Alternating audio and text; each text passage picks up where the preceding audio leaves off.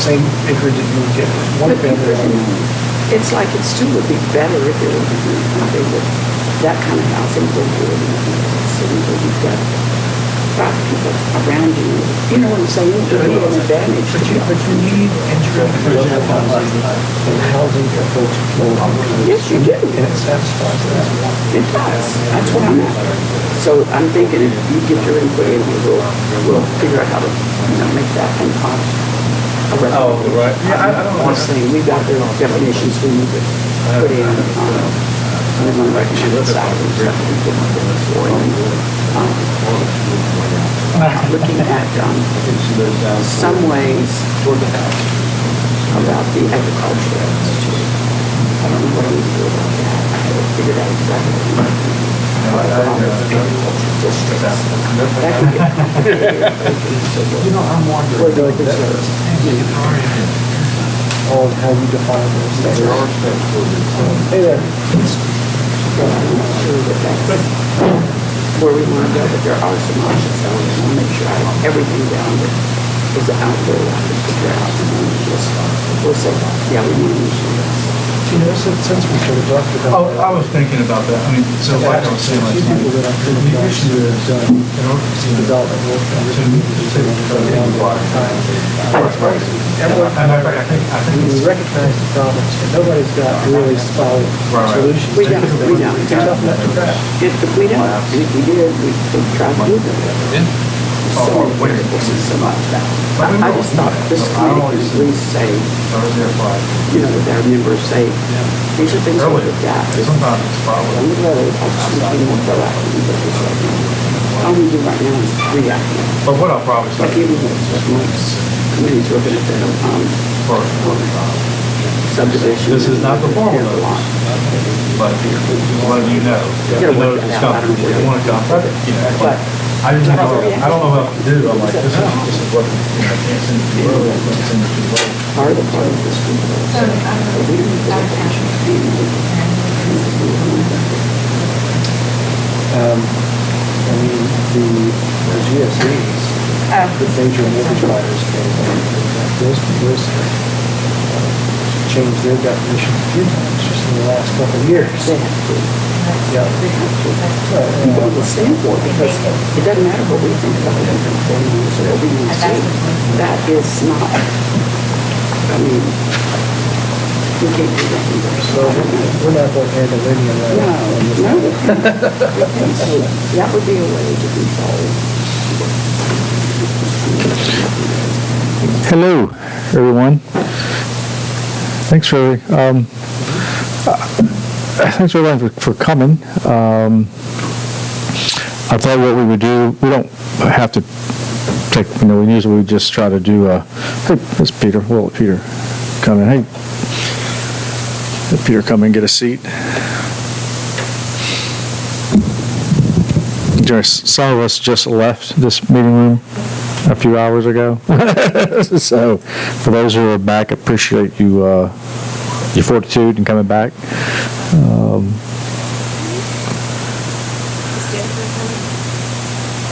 No, she's not coming. Our contract, we sort of got to the end of our contract, so we're going to try to carry it through without Jennifer. I mean, she'll probably come when we do a, final presentation. So everyone should have gotten the draft, and we'll go over that. I figure tonight we'll go over the survey, which I think the survey, if you had a chance to read it and look at, we'll just go over it real quick. I took some notes for half of it, and the rest of it, I have looked at it several times and read the comments. I thought they were good comments. Generally speaking, I think the folks answered kind of how I suspected we would kind of feedback we would get. We did get 260 responses, and I had hoped 150.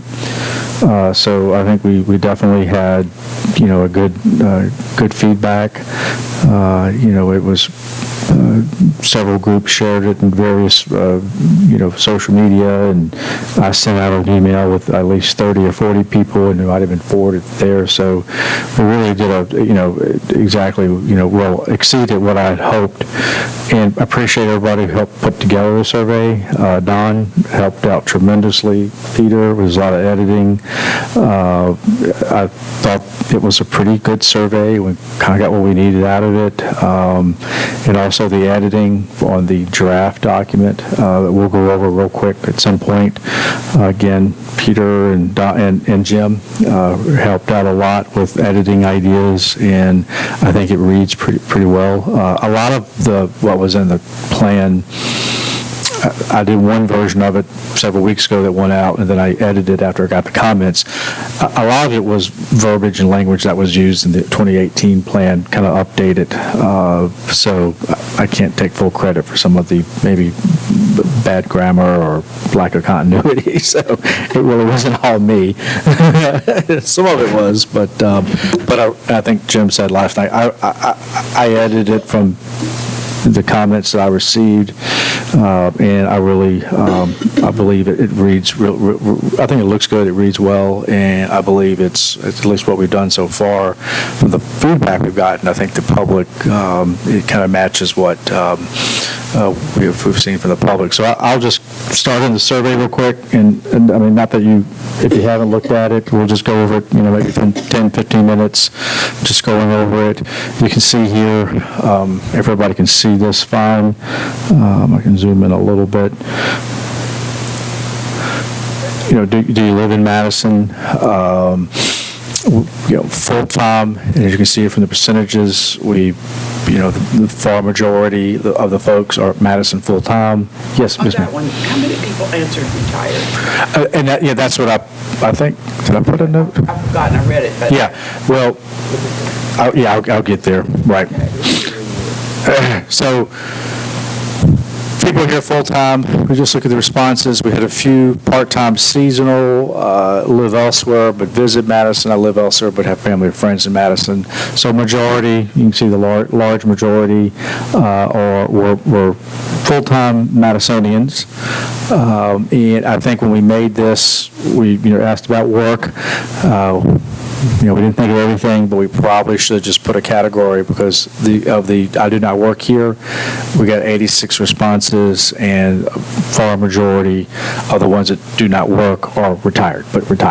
So, I mean, so I'm glad we put the, comment section so people could add that, but by far it was retired. So, you can see as far as employment goes, you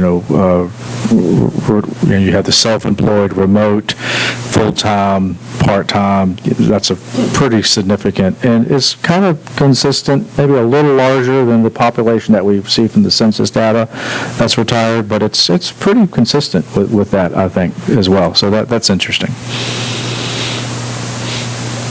Age range, you can see here the over 50, that's a 68%. Probably a little who responded to this, maybe a little older than the county. I think what we said our average age is somewhere around, I believe, late 40s. 48, I believe. So again, that's another one that's maybe a little older. Maybe older folks tend to take their time to read and do these things. So still, I think consistent with what Madison makeup truly is. What do you like about living in Madison? Not a big surprise here, and I just did a little bit I think these are a little bit easier to read here. The top 4 choices were rural character, scenic beauty, friendly community environment, location Central Virginia, and proximity to the national parks, recreation, family, friends. And I thought that the choices fit nicely to what was in our vision statement. And just to kind of look at this again, you can see rural character, this proximity to recreation, Shenandoah. The Central Virginia location did very well. Of course, people like to be around their family, and you can see the percentages here, kind of how it breaks out.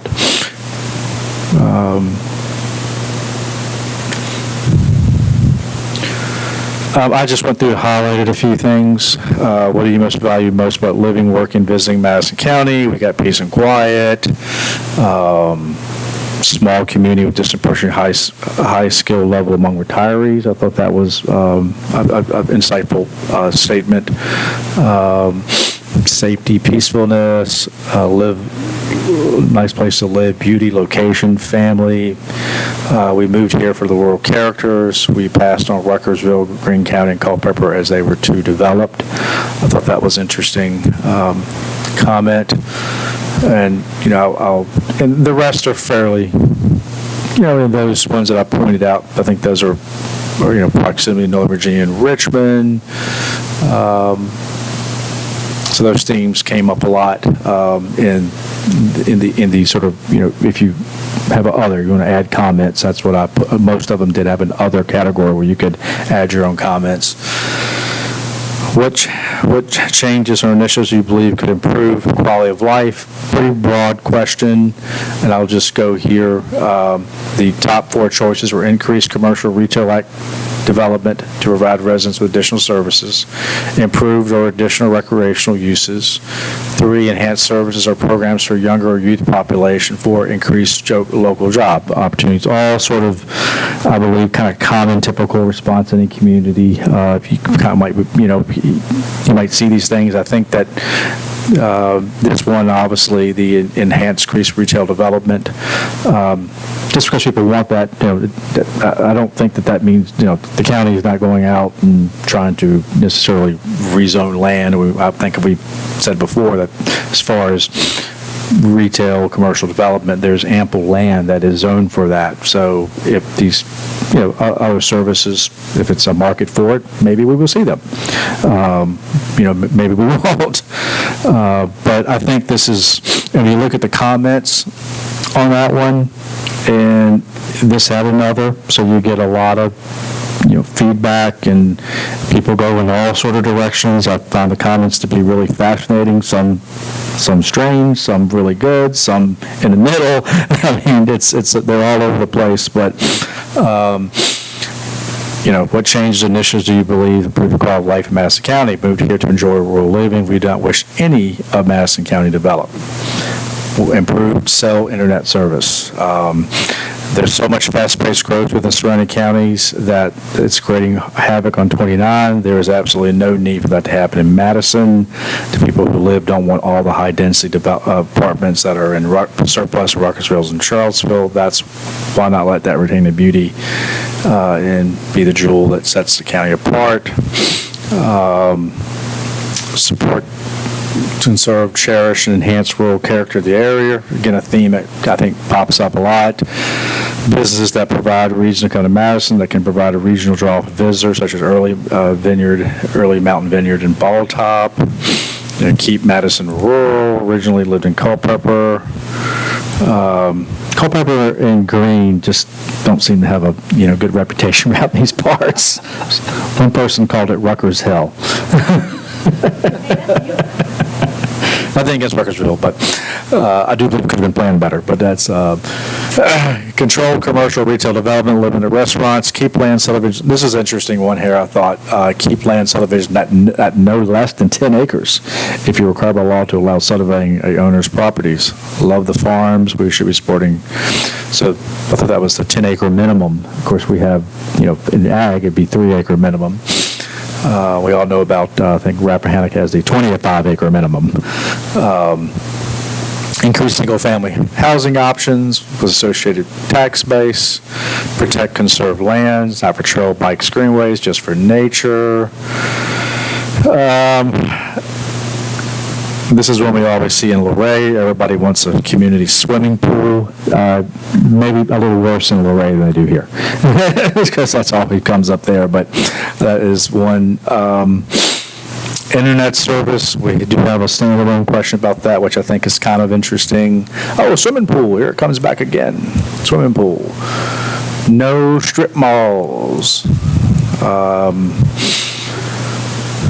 I'm trying to think anything else here that jumps out. We got the high-speed internet again. A community center has popped up a couple times. Art gallery. this is sort of back to this commercial development, Madison, and I just hear this chatter a lot. Madison likes restaurant shops, vibrant Main Street, commercial development in appropriate areas like in the 20th Main Street corridor. Got a convenience store close to Uno. Very specific. I know there appears to be a desire for increased commercial retail, but this is tempered by desire to remain rural. You hear that theme all through. So I think that's coming through very clearly. This is a fascinating one. If you live in Madison County, how would you describe your home's internet connectivity? Over half are excellent or adequate. And then you have, a little less than half are average to poor, to no service. So I said Madison appears to have a digital divide of sorts. I would imagine people probably near the town and maybe some of the larger neighborhoods have pretty good service, but when you get out of those areas, you don't have good service. So, Fireflies going everywhere, they're not. So, yes, we just have to verify the land. We have the ones. And Brightspeed says to us, those people that want that a challenge. So they're supposed to get that work done by the end of June. Or what's the new year list? We have those scrutinized and they can't do the progress. Our health is and then the 2024 data application will. Steps are being taken to meet that. yeah, I mean, most definitely. I'm not really in the loop on all that, but I hear them talking about it all the time. So, but I just, if you're following, it's good that half the people seem to be happy, at least it's adequate to good. The bad part is the other half don't have it. So, just say maybe in 5 years, if this was, this number, maybe a goal is to maybe make this 75%. If you can get that a little more. And then there was one person that commented, they don't care about the internet. So, lucky guy, or gal. So, and this is one, we asked, but we know pretty much, I think that was the 1% agreed. I mean, most people, you can see here, you got almost 80% of the folks are saying that it is very important to them for many reasons. So that one was not in any way a surprise. React to the following statement. Madison County should strive to preserve rural characters, scenic beauty, farmland, forests, also manage well-planned commercial residential development. I went back and forth on this one. Well-planned, I know that's kind of, eye of beholder, I guess. But I sort of have some ideas what well-planned is versus not well-planned, but we left it in there. Again, on this one, you can see, and just, it's a pretty basic statement, I don't think very controversial, but you can see that, 90% have somewhat agree, or strongly agree, being almost 75%. So I think that's good. Then the comments here, this is where it starts to, really get pretty interesting, and you really get a lot of, hello. You get a lot of, we're just going over the survey kind of, What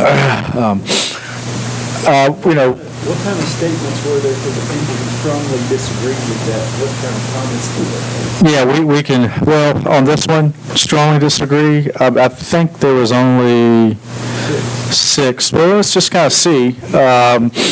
Madison say rural and private. There are 2 different opinions here. We wish to keep beautiful county private and rural. We did not want to keep the county develop more crowded homes and businesses. Everything commercial necessary for daily living, residential development all around Madison County, and it's having negative effect on our densely populated areas, neighborhoods include traffic congestions. We don't need commercial residential growth that equates high density housing. I challenge the definition of well planned. I do too. So, this on Fishback came up several times. we as in the county did approve, that is, all that area on Fishback it is zoned R1. There's a little bit of higher density zoning out there. The owner of that property, the one that was recently logged, just they logged the property. I mean, we really don't have any control over someone that wants to cut down trees in their property, but because there was there was a special use permit and a few things that were approved, nothing's been constructed right there at the intersection at Fishback. I think people saw the trees coming down and think that any day now that's going to become some sort of huge neighborhood, high density, when in reality it is already zoned residential, but it'd be 1.5 acre lots. So, it's not really, the conversation is not really will there be homes there one day. It's just a matter if the owner moves forward with subdividing, putting in the infrastructure. I don't know if it's going to happen anytime soon, but I'm not sure. Trust well plan commercial residential statement. We don't exactly mean by that. It seems that there's a push to develop Madison County. Not really as a push. It's just, again, in that particular area, that seems to kind of come up a lot, the Fishback, that is already zoned for housing. It's maybe a matter of if or when it comes forward. Commercial development should be focused along 29. The compound sentence contradicts itself. Rural communities are known for farms. Need to build tax base, balance commercial with rural. Madison's brand is quiet and rural community. It has priced its value and should be preserved. No tract housing or commercial development should be permitted outside of city limits. Because I think they talk about town limits, but given the town is only about a mile and a half square mile, it really kind of limits if it was just inside the town. Very hesitant with the word development. And then we have another one on Fishback Road. Very moderate development is okay. I like to see the county adopt stricter subdivision policies. Building 70 houses off Fishback Road is not moderate development. Fox Ridge is 3 acres. No more commercial residential development. Farms are already subsidized with tax breaks. React to the following statement: regardless of type of development, protecting scenic views. I mean, this is another kind of easy one that we can predict. Just to sort of check people's pulse on this one, you can see 80, 70%, 18%, 88%. Some would agree or strongly agree with that. No real surprises there. That the scenic views are of high priority. And we'll just kind of go, through some of these here. This is why we chose to live here. This is an interesting one. Please at least wait until I can afford to move back to my hometown so I can blow my brains out on the courthouse steps for you. Okay. We'll probably, I will put this in as an appendix at the end of the comp plan. So we do not want solar. I think I stopped by highlighting development with block views, preserve, enhance counties, enhance our downtown, keep gunshots out of our downtown, okay. If you focus on farms, home businesses, mom and pop shops, you will have to worry about protecting scenic views. No commercial development, we go with city limits again. No type of development, no industrial parks. This is an interesting one, and how's the availability of housing that meets your needs change over the past years. And you can see the largest one is no opinion, and I suspected that would be the case. And if you look at the comments, I think for those in need of housing, it's an issue. If not, then it's not really a concern. And I think that was, you can see here, housing, I think, objectively, housing has gotten a lot more expensive, say, in the last 4 years. I mean, I don't think that's any kind of controversial statement. That's just, as it often does, but it really has shot up in the last several years. You can see gotten worse is a little over 30%. And then about the same 20, and then these are, it drops off here as far as, I don't think many people think it's, as far as the price, it's better. But a large portion is really not an opinion. And then you go through here. I moved here because of limited housing availability. I'm a homeowner. So, we found a home 3 years ago within the county, so we're not watching the market any longer. Assuming adequate personal resources, housing availability is fine, but that doesn't describe most people's situation. Airbnb has taken many rental proposals off the market, so people cannot afford to rent full-time, and many of them are not paying taxes. They're collecting under the table. This is actually, we do monitor the Airbnb and short-term rentals pretty rigorously. So I disagree with that. More housing is more crime. Not for me particularly, but others. We lived in our home for 20 years, so I don't know. Nationally, to qualify for any income, median price has more than doubled. It was 107 now. Madison's prices reflect similar affordability problems.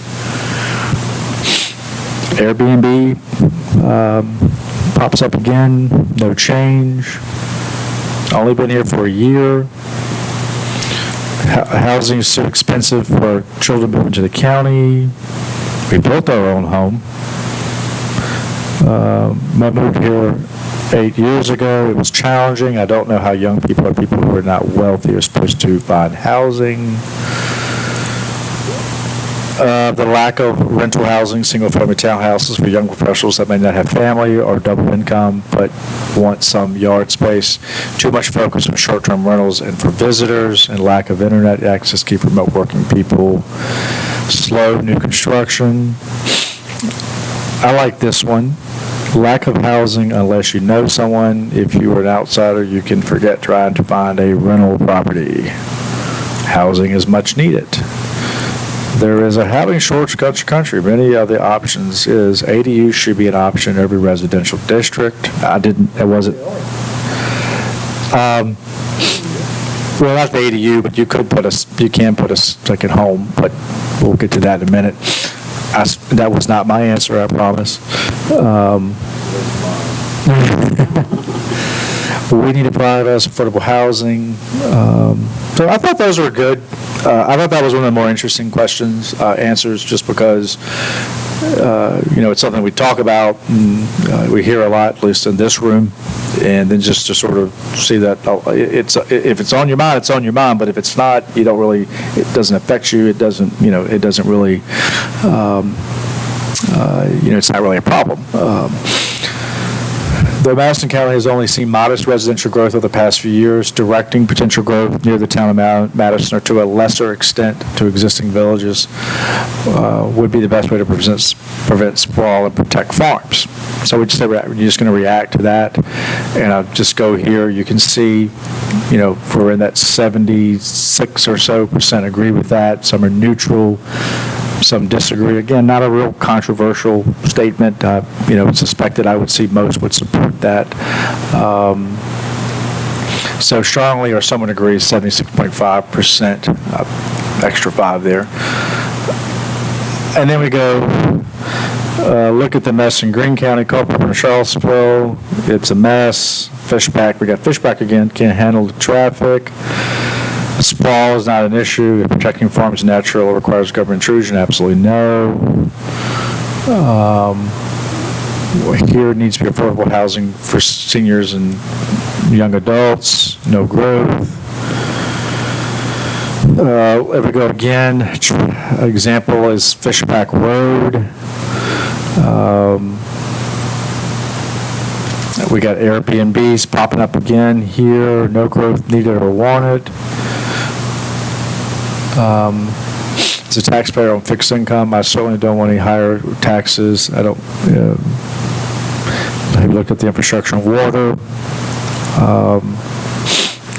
Growth is bombarding us.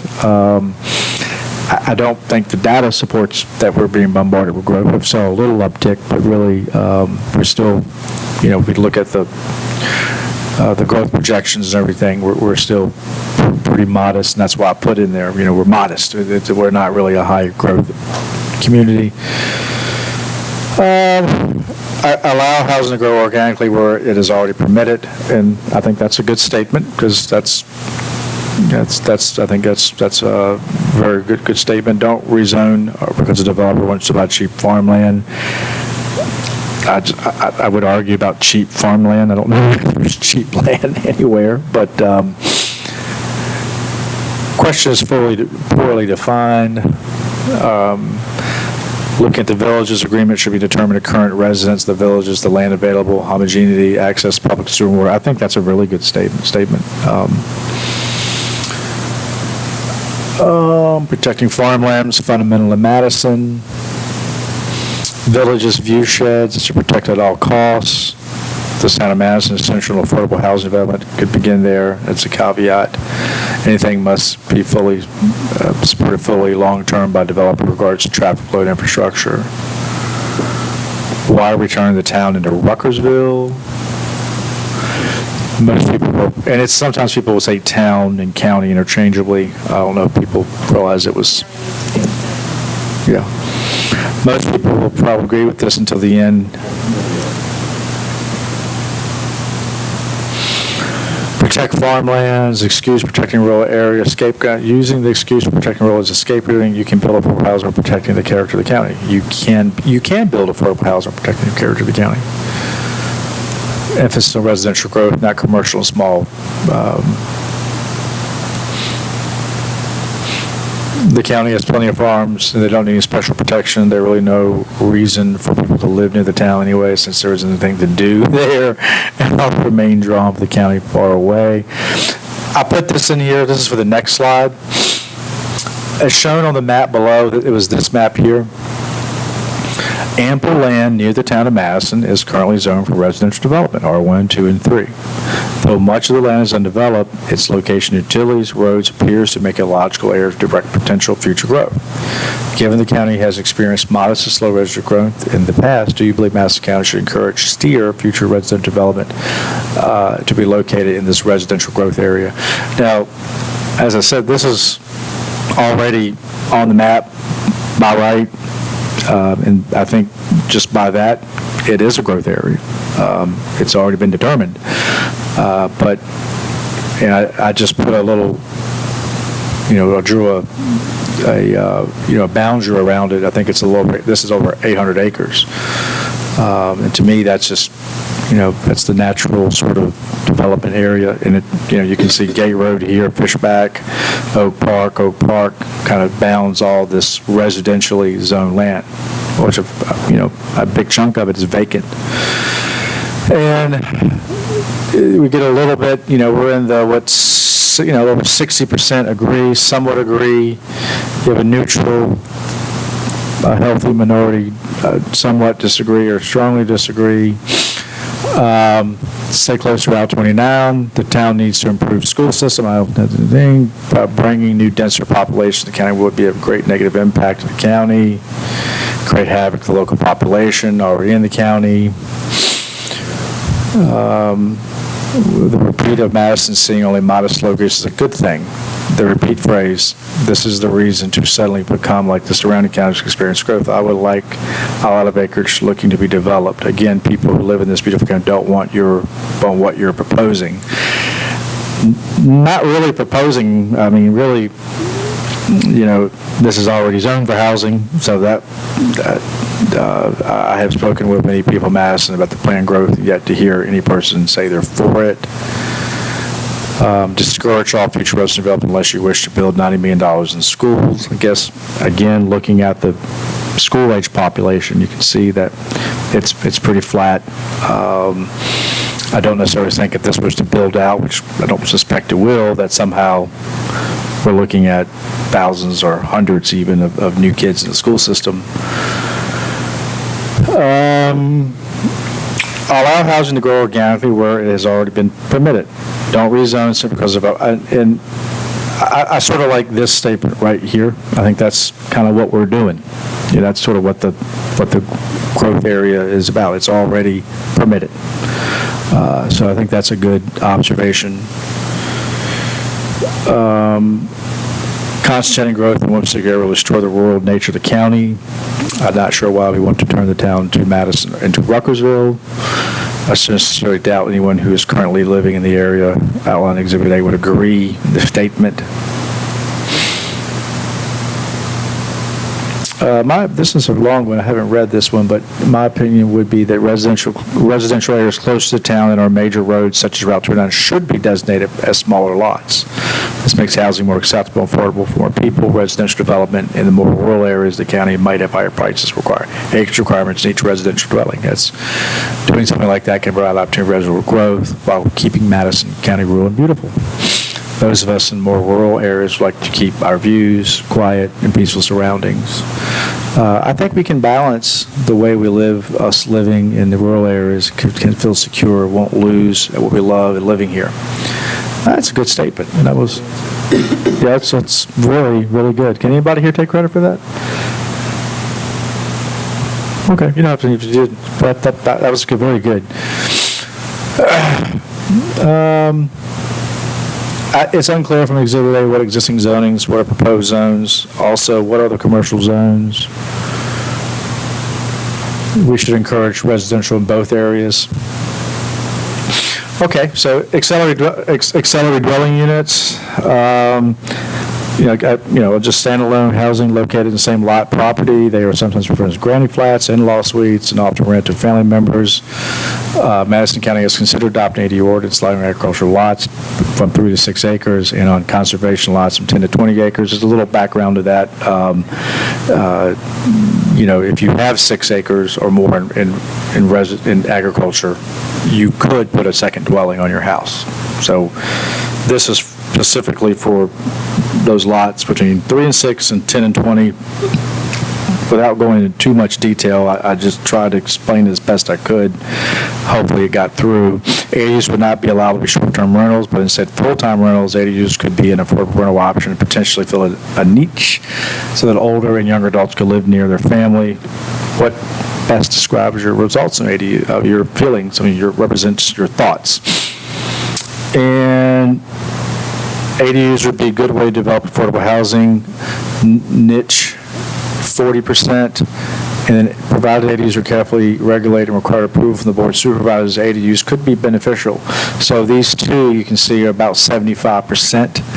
I'm not in favor of ADUs, but limited to related individuals only. So that was 10%. And then you can see about, a little over 10%, about 14, 2%, 2.5 had no opinion, then you had about 12 that just not really into it.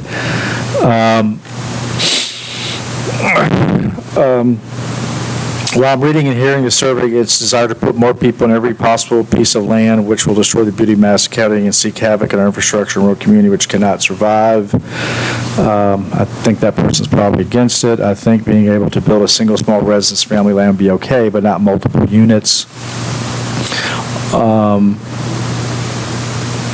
It's affordable, not just affordable by all. The notion of affordable housing is in the front. The zones will be stuck with infrastructure costs are part of the parcel housing, affordable housing. Be honest, affordable housing is a canard for redistributing of wealth and one to benefit housing costs for another. Okay. I'm not sure the negative impacts. They should be made so that they are removable. No, I don't want this. While limited there, flat owners should be allowed direct use if they fit. An ADU can be costly to build and maintain.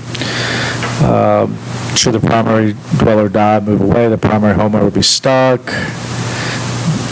This has little bearing on the county's need for affordable housing. I think that's a good comment. ADUs are fine, either long or short-term rentals, both serve a large need in the county. While I was initially opposed to ADUs, I would be supportive of the pilot program with conditions that first meet 2 years, family members, that for the first 2 years, family members are only eligible to reside there. I'm in favor, but not on conservation zone lots.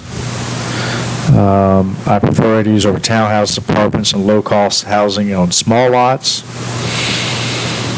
I believe I'd be in favor, but limited to related individuals. ADUs would be extremely helpful. A little more, limit ADU to one per primary dwelling. And take no consideration modification to ancillary structures. I think ADUs are okay, but this is potentially go awry. They should be allowed in an urban district on 3 acres or more with a special use permit. I strongly agree with allowing ADUs, which has worked well in other parts of the countries. Okay, we're coming down the home stretch here. Here, a little more, just kind of getting back into the housing affordability. As shown in the chart, Madison's average median home sale price increased significantly over the past few years. In 2022, the average home sales price was $420,065. As part of the comprehensive plan, the state code requires localities to consider implementing strategies for affordable housing to meet the needs of current and future residents. What strategies or approaches could increase affordable housing in Madison County? Pick 3. You can see that all, we've got 30 here that kind of ran very close. Support the construction of multifamily units, townhouses, duplex, et cetera, near the town of Madison. That seemed to be popular. Support the construction of single-family homes near the town of Madison or existing village areas. 53% like that one. Consider ADUs, tiny homes, or similar initiatives as means to increase affordable housing options. That rate pretty well. Support market-based approaches. Incorporate with housing developers and builders to increase housing supply in existing residential zoned areas. Didn't do as well. One I just kind of threw in here, support nonprofits, housing advocacy organizations seeking increased housing affordability, Skyline CAP, Habitat for Humanity, Virginia Housing. Excuse me. Thank you. And here, a lot of good comments. I will just kind of, just going to follow up. Live somewhere else. None. Affordable housing meant to provide people who can't afford to live in Madison. There's so many options, a few miles in either direction. None of the above.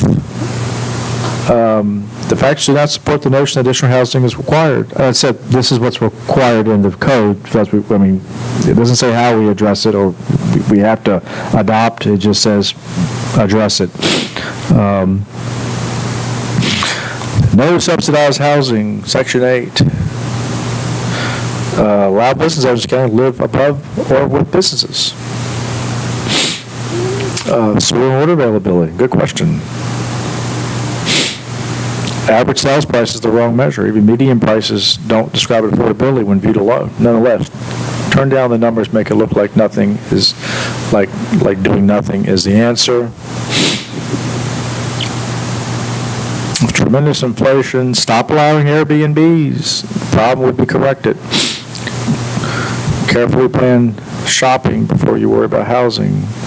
We go to Orange for shop. None. Keep Madison the way it is. All construction should consider the natural environment as a priority.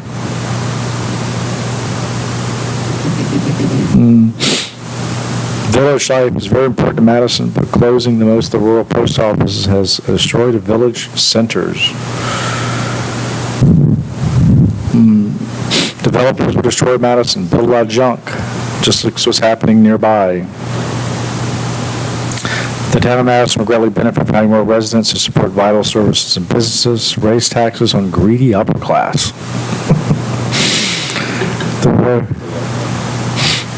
The roads, schools, and community need to be greatly improved, bringing more families. Chart may be skewed. Are home sale averages and chart adjusted for the amount of acreage associated with the property? No, it's not. I mean, we need We need low-income for house people who actually work for a living, build in another town. I think we need a test for Madison County, and if you score highly enough on the test that you're mean, you should be made to leave. We just need the nice people that. Yeah, well, I saved the meanest for last. Fortunately, it's directed toward me.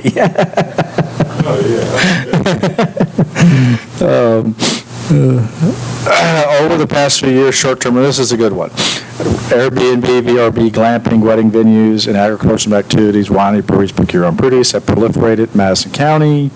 You know, in 2022, Virginia Tourism Corporation reported tourists spent $21.8 million. What's that? Prove it. Yeah. We're just taking the data that they provided. I didn't collect it myself, but it sounds plausible. Tell you something about that? What's that? The numbers. Because when you first commented on that and you said it's 15 million of you, they switched companies every week. So there's direct impact and indirect impact. Right. So they were basically using the indirect impact. So when you said that, if you guys were paying close enough attention, because 2019 it was 38 million. They switched companies from U.S. Travel to Tourism Enterprise. So now it's truly direct. Okay. Oh, they were using indirect. Okay, I got you. So this is just direct. Now our indirect and direct is actually. Gotcha. Both of these numbers together are direct, right? Those 21, 8, Yes, 15. correct. Right. So number one is on this list is here, and I figure this one, I think this is what the county kind of already does. The county should encourage tourism-related business by balancing the desires of full-time residents. We go to number two. Tourism-related short-term rentals should be appropriately sized and fit their surrounding landscapes. Not real controversial. You can see another high mark one here. Short-term rentals, event views, and agricultural business complement the county's rural character. So I think the majority have a fairly, a good attitude, or just they see tourism as generally positive. We had here 50%, 50 responded, 20%, it's about right. Didn't have as many respondents, too much. That's really telling there that about right or too much is a very small percentage. Most people seem to be in favor of bolstering that. Yeah, I think that's kind of what I took from it. And I did throw this one in, there was a small, minority that thinks that, it really does compete with some of the long-term housing options. Is that the primary reason that people don't like Airbnbs? It takes up long-term rental opportunities? What's the problem? They what? They don't like having outside people near them. They think that they drive too fast or too loud. So that's what they think. People come and go. Some, yeah. I think some, but this seems to be pretty clear that, generally speaking, and I'm not really surprised that we have a lot of people who in the county that's their business. That's how they supplement their income. So. I would argue that some of these people who didn't have Airbnb, they would sold this house. Right.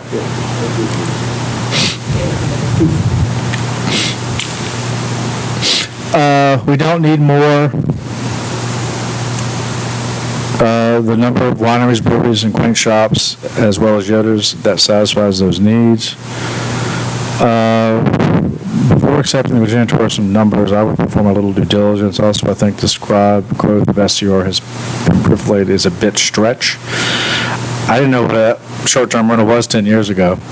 So in 2018, might not have been as, so I think there has been a proliferation, but if agritourism proposed is shielded in the Right to Farm Act, the county has no business attempting to regulate it. The citizens are going to grouse about noise, lights, and traffic. Agree with that. They might want to consider graves, attempt Of course, the breweries and wineries are all fall under the agritourism kind of exemptions from the state, which is a very vaguely written statute that sort of opens up, these, if you're a farm brewery, farm winery, it even extends it to other recreational, but few counties, we don't give a blank sort of, check to, in agritourism. No one's really challenged it, but it is a pretty expansive, you read the definition in that ag tourism statute, I guess it passed maybe, 6 or 7 years ago now. There's no question there are uses, especially with the breweries and wineries, that probably would have had a hard time being, not just here, but everywhere, a lot of places would have had a hard time probably getting approval from their governing boards if it wasn't for this exemption. It's complement, okay. I would say agritourism is a good way for full and part-time farmers to supplement income. Last choice is true, not opinion. Small-scale Airbnb should be promoted. They should be designed from large-scale glamping that can have more large-scale concentrated impacts and typically undertake large-scale entities. Short-term rentals are great. Let the people come, but then they leave. Short-term rentals are a great benefit to Madison County. We don't need growth. Enough with the short-term rentals. Need more manufacturing in the county. Reports on how much actually derived from tourism are sometimes somewhat questionable. An overview of the actual experience and sources of these revenues would be helpful in actually answering the questions with confidence. Don't put social gathering venues in the middle of residential neighborhoods like the BOS tried in Craigersville. Zoning should not be changed to accommodate agritourism. My only concern with agritourism is being that its speed limits are appropriate and the issue of drunk driving from wineries and breweries are considered in policing. I've always kind of wondered about that too. Would like to see how the number 22 million would produce. Seems like a lot. No opinion. Short-term rentals are not helping housing shortage in the county. Tax them at a higher rate. They should not be taxed at a regular rental rate. Don't think we have a rental tax. It's a 5% local tax and 5% state tax for short-term lodging, somewhere around that. Keep open space where possible. More tourism, agriculture would be, I think it meant FO for the county. Fit, using a Nelson model where they are spaced at appropriate. Local artists, restaurants, etc. will have enough people passing through the county to stay in business. Let the people come and spend their money and go out and then go home, bringing us more people in the county to live full time. This person, I think, is talking about the glamping venue over on Ford Shop Road from a couple years ago. I can't remember, maybe a year ago, that was denied. But they do like Lily Mountain. We are huge fans of Lily Mountain, which is not Kevin's, which is not from Madison County. Okay. As shown in this one, I showed that census map. So in 2019, the census estimated 50% of the county's workforce left the county for employment. Do you believe the expansion of existing local industries or development of new purpose-sized industries would be beneficial to the county? Would potentially reduce the number of out-commuters, increase those who live and work in Madison? You've got a pretty good response there where they agree with this sort of statement. And if you remember, that chart.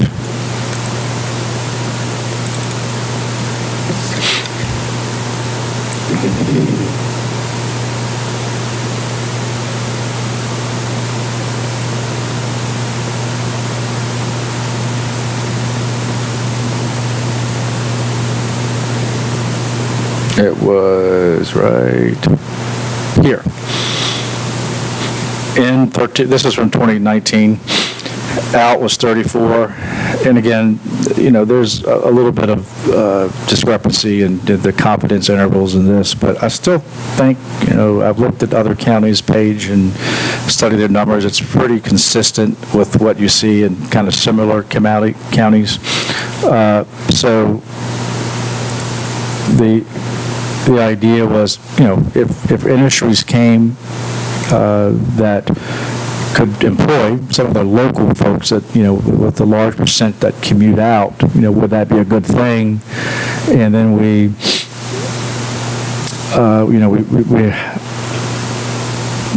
define appropriately size.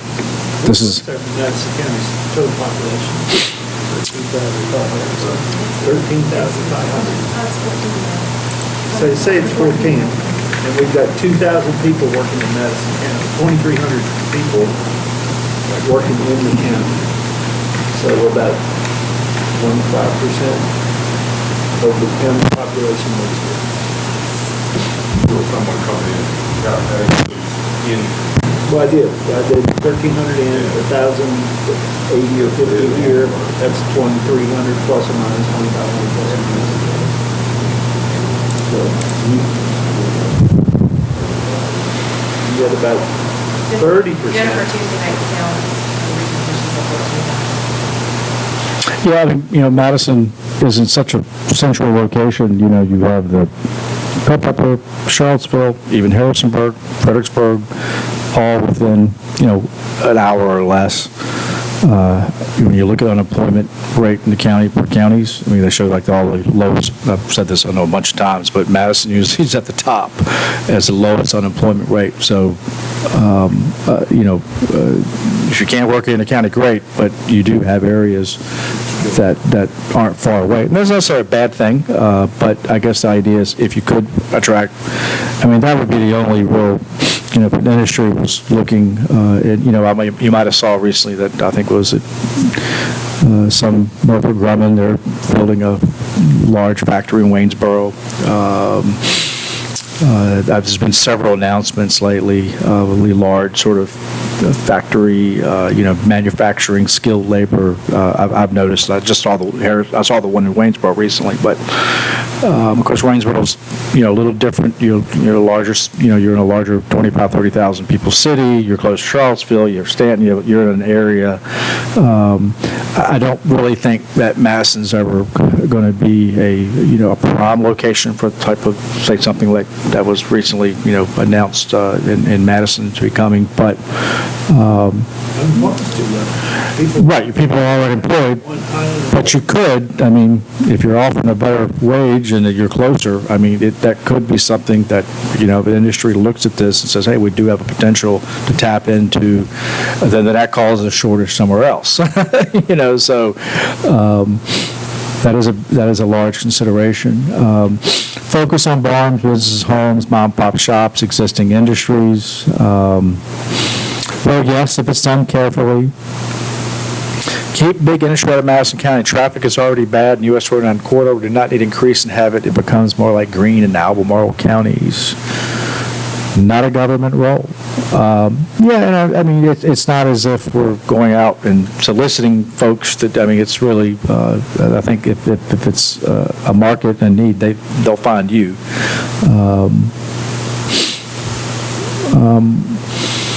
Economic development should be a top priority for the county. And again, people are all over the place on this. Citizens should be encouraged to identify what they would like to see and need, what they support. A survey should also be conducted to determine how businesses have opened Madison and have fared. Are they still doing well 5 years after they've opened? Meeting unmet needs. Excellent internet and mobile phone would draw a remote workforce to the county. We need more manufacturing jobs in the county. We are very careful what type of business expansion. We don't need more 7-Elevens and Dollar Generals. People work outside the county because the benefits and wages are higher. And I do believe this will change until places like MWP and local companies pay higher livable wages. I can't speak to what they pay.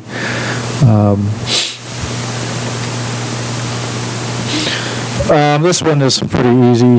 This was just showing types of signage.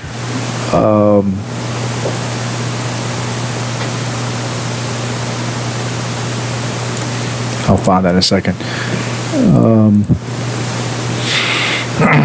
Many areas along Madison County US 29 corridor are undeveloped but are zoned for business commercial development. If these areas develop, what type of commercial signage would be preferable? Just to, I mean, I always look at Ruckersville, and one of my kind of peeves is that this mass of signage that catches your eyes, one's competing with the other, and I firmly believe if there's signage, and I'll get to the picture here, 49, and this is just a cause that I champion everywhere I am.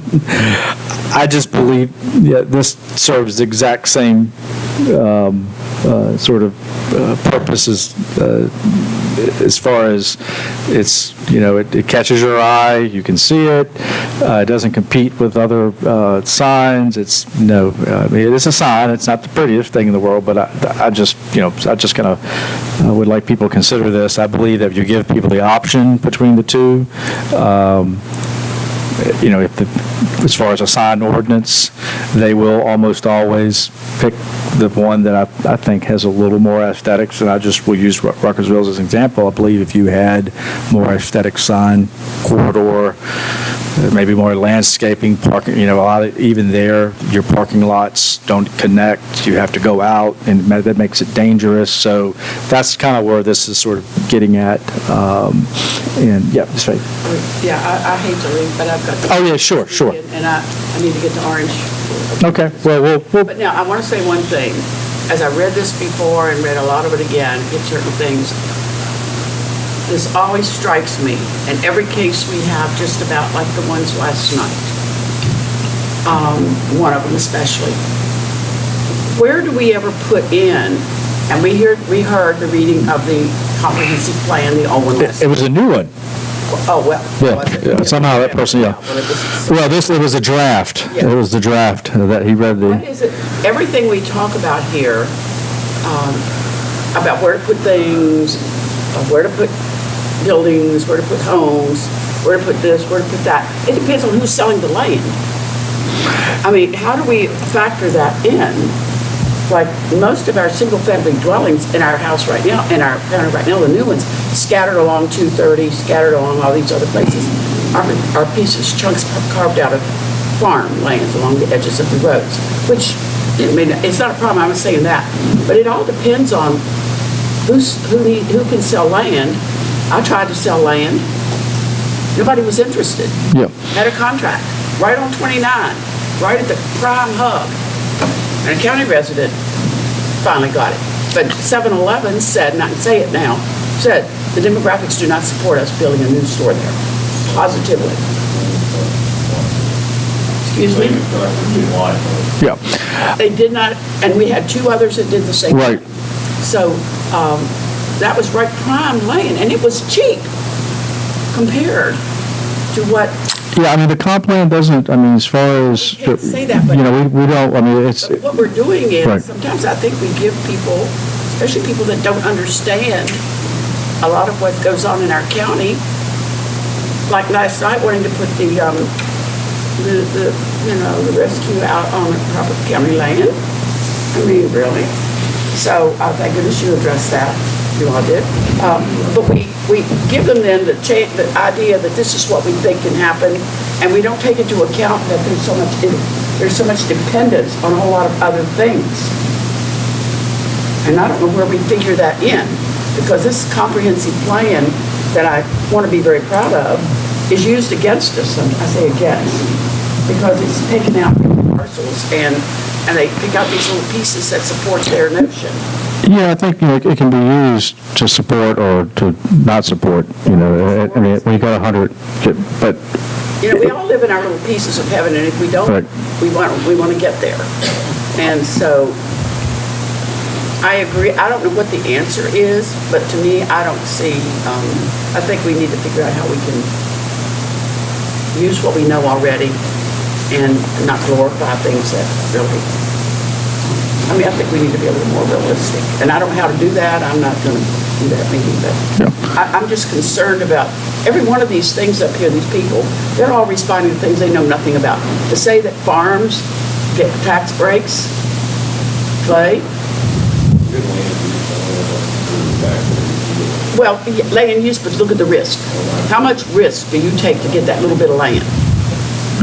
It's a tax break, but it's a well-earned one. Because you still can't make money on it, not unless you're here. Yeah, and, you know, just that, for example, is probably the land use taxation is probably the largest preservation, you know, that by a long shot, you know. Push comes to shove, it won't make a difference. We all agree, Alan is the best job you can Keep my head down on that one. No, and that's fine. That's what it's there for. And it's not, you know, and I always say that, you know, it's a general guide. There's, you know, there are a lot of things in it. And it's one of the items that I believe Plan Commission board people, citizens use to direct decisions. It's not intended to answer or be a definitive answer because this person wants to do X here. It's a guideline. Right. Yeah, then you got property rights. Well, that's comment if you want plan development, community. No, I didn't. Why do you say I want plan development? No, if you think that there should be focuses of how we go about moving Madison into the next day make with community interest. But the problem that we continually run up against is people are on board with this stuff, as long as it is nowhere near them. And that's perfectly natural, but that is the consensus that we get on a regular basis. What now again? Say that again, because I want to make People sure. want to diversify the tax base, they want housing, they want all these things, but as long as it's nowhere near them, it doesn't matter. Well, yeah, that NIMBY thing. That's the natural way to go. We also thought of that, but that's really what the survey is saying. Yeah. But every one of the people everybody that's moved in here has taken land that was no longer land, like the land last night that was talked about, the 400-acre farm, that it was just a few years ago in his memory, and is now carved up. And that's what's going to happen to all of us. Mine's carved up. Everything is because families sell, other people sell. I guess what I really want to say at the bottom, and I will say longer than that, is I want to read about Madison County when I read this. I don't want to read about anything else or anybody else. I want to read about Madison County. When I read it, I want to know that's one county. Yep. And I'm electing the state. So that's what I want to say. All of the counties. I mean, it's all of ours. I don't want to read about something that sounds like it could be found some utopia somewhere. Definitely agree with that. Or I hope so. Just make sure we keep that going. But back on the signage, I mean, this is, again, just sort of, you know, my thought is, again, these are commercially zoned areas, so we're not saying that we're going out and rezoning areas that the county, you know, doesn't, you know, but sometimes the county could rezone land, but. More than half of the comments are from folks that have no idea what they're talking about. Within those comments that expose that. Yes.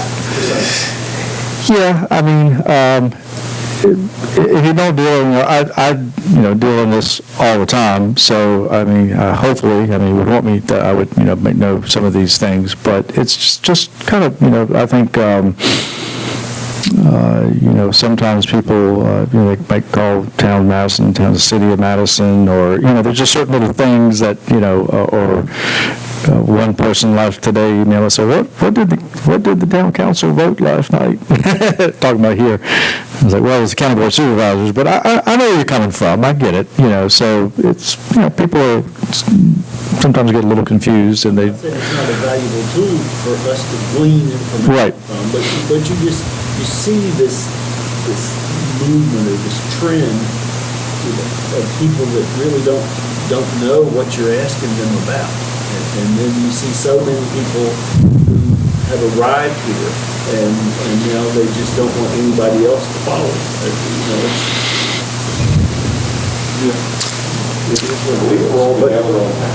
I mean, everybody in Madison County is all on board with keeping it like it is, property, property out.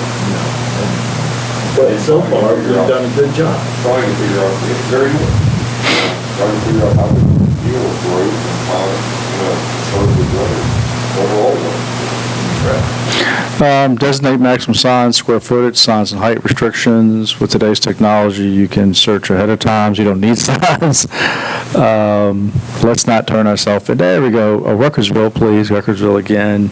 None, go away. Increase Shirley Mountain Ball Top. But again, I think the general, it's coming.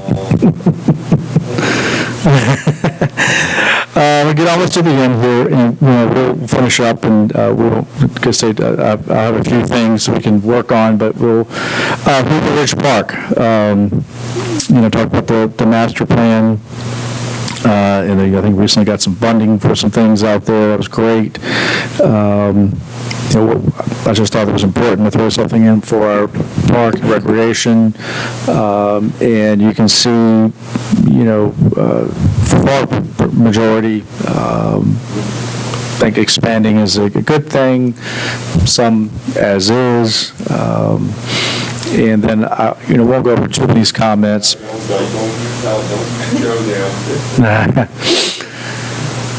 Public pool, we'll go back to the pool. The expansion of Ridge Park using grant dollars, tax dollars only means our taxes will go up, spread out the resources, tax dollars, meals and lodging taxes, who pays to pay for the proposals.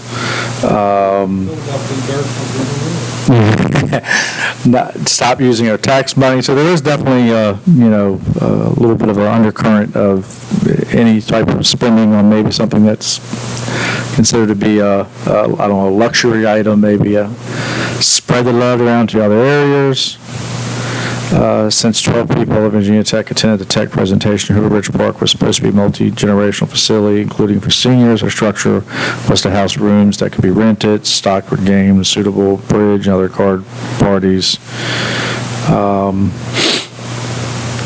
Should include large family livestock show, allowed show animals to participate. Madison County families need more recreation facilities. I really miss the summer concerts in front of the library. What, was that Bluemont? That was Flower Market, that's not used to. Yeah, okay. Yeah. Put hockey ring there now, and pool with funds are ever donated.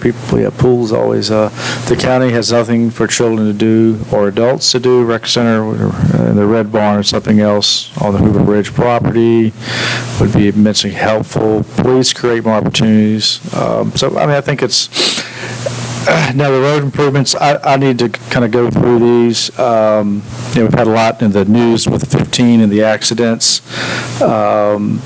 I will, before we meet again, kind of go through, and I'll show you, later. But this is really all over the place that I have read. If you have had a chance to read it, somebody lives is where they. Yeah, I think that's a good point. Yeah, I think if you if you live and there's something that you don't like, that you go home and there's loose gravel or a bad turn, then but otherwise that's why I think it's kind of all over the place.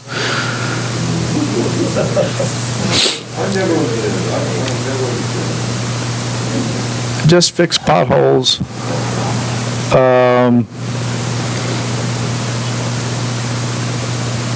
And again, it just kind of goes on, and there's a few things. Fishback Road, and I did a word cloud, and Fishback comes up a lot. Fishback. I guess it's the intersection with 29 seems to be a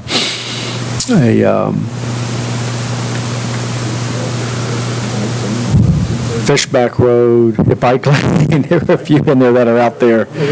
29 is too busy.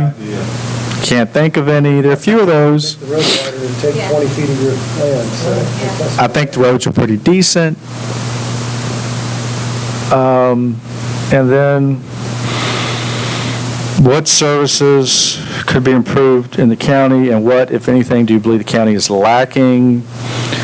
Kind of all over the place on this one. I just left a few open-ended questions at the end. So you can read these and I'm sure you have some time, but it really, I find them fascinating to read this, what people, I find important. I think everything's pretty good. Current services are good. Lacking more restaurants, oversight over animal services, broadband, water and sewer, internet,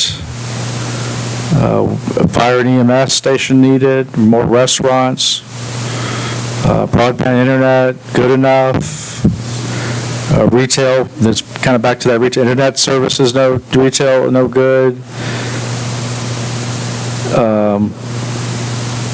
Continue expansion of rec activities, more antique shops, okay. Refacing our town, expand the length of sidewalks on Main Street, childcare, restaurants, active stores. We need an animal warden who actually domesticates animals. This one goes on for a while. Internet is atrocious, restaurants non-existent. The county does well for services. Someone's actually positive here and there. Better land sale, main road has potholes, restaurants, an attractive downtown, recreation tourism support. There are some themes that pop up. Job opportunities. This would take far longer than a 10-15 minute spent to complete the survey. So whoever might read this longer, the first service that would be helpful to many would be directory of all business in Madison's. I won't keep going on that one. Don't know. Activities, routines, pool hall, and a bar. Everything else is fine.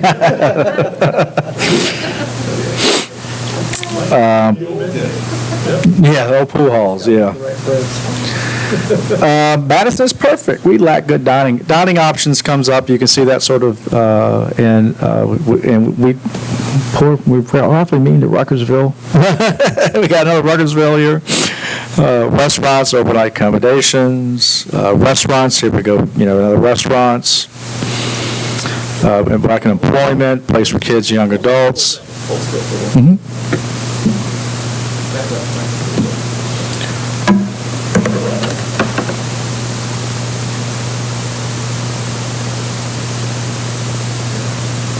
Hi.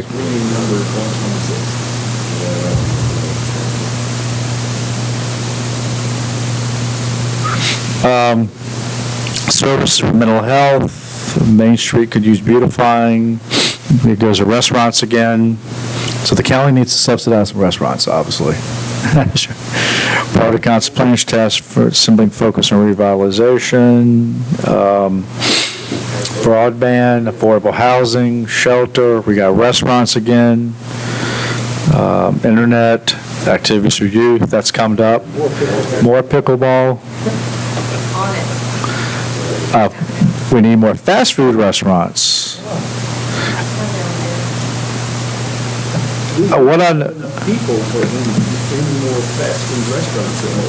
We don't have a demographic. They all test us all the time. It's like you said, Tractor Supply and all of them. They all test us, and then the numbers come up too light.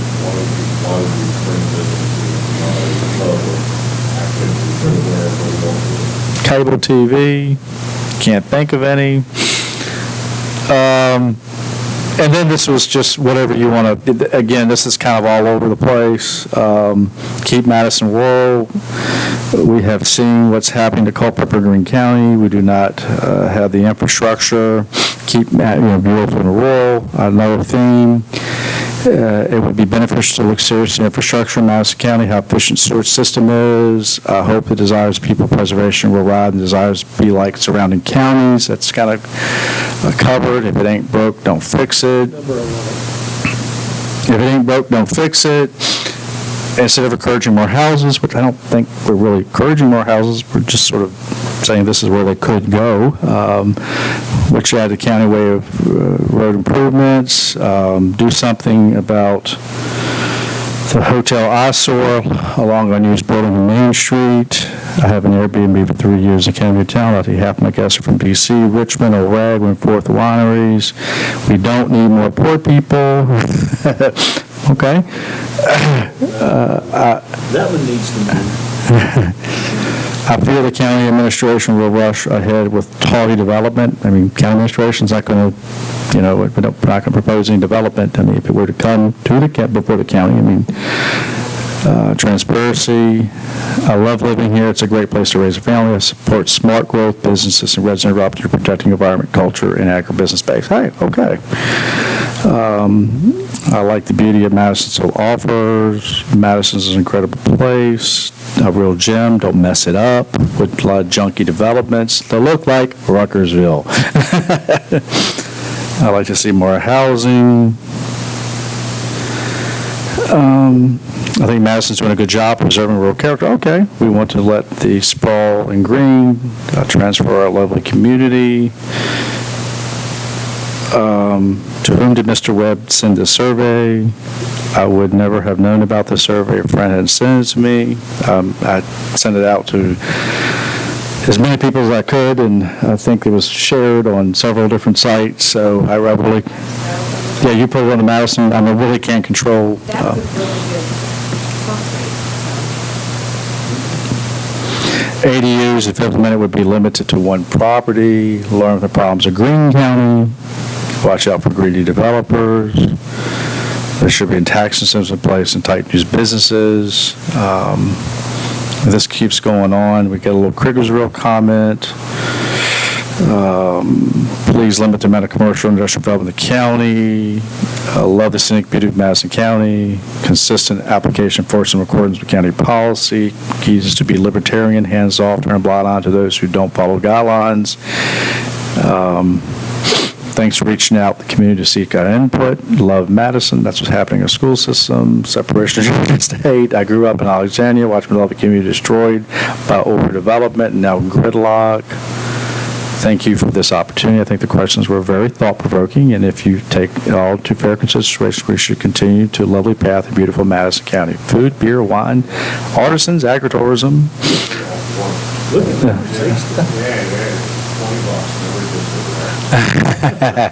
Love working and living here. Internet's very important. The Madison County BOS has excellent members, especially Clay and Cardi. Jonathan does excellent work. County should be grateful to have such talented professionals serving the county. I agree. Madison should keep it rural as possible. Get rid of Wigan Webb. He's a useless leech who doesn't do the job. He comes to meetings unprepared and wastes times for everyone. And if you want to know who that was, I'll tell you privately. We'll make everybody. Coming from this person, I'm very proud. So, good quality residents, no franchise like Burger King. Remember who and what we are, protected. Very happy that the Kriegersville Elementary School plan as an outline, not proceed. NA. Much greater engagement with citizens necessary to achieve the comprehensive plan reflects wants and needs of the community. Which 1/3 of the residents don't pay taxes? If you don't, yeah. Words matter, and that's not what we were trying to say. Okay, hold on. You're saying that 2/3 of our tax base is paid by real estate taxes. I think that's what we're trying to say. Is that what that means? Yeah, words matter. Okay, because I got it as, that 1/3 of your folks that don't pay taxes. Increase minimum acres required for building. Keep tight grip on costs.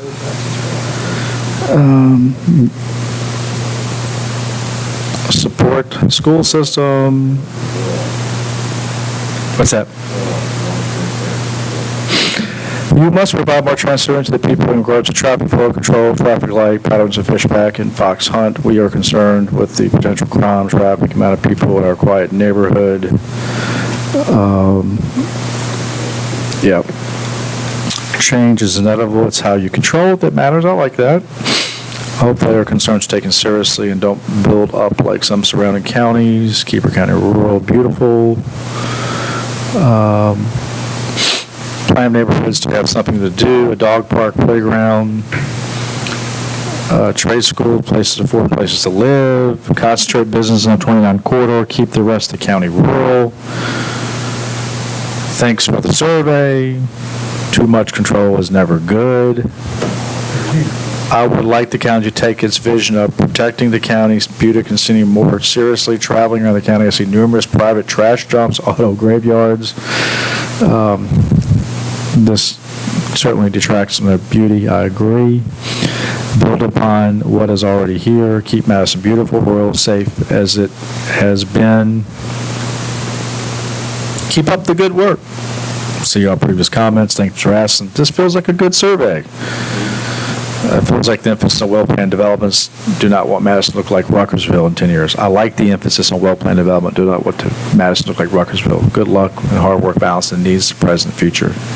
In a good survey, though. Definitely a consistent theme of the community directive.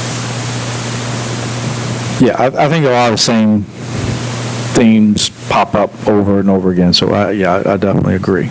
So we can get into just a few things here. I know we're only going to go 2 hours, but we can cut this a little short and maybe just sort of direct you how we are, if you've had a chance to look at, we'll just start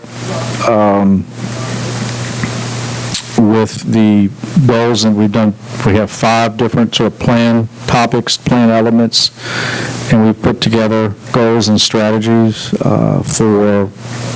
we start here at housing goals and strategies.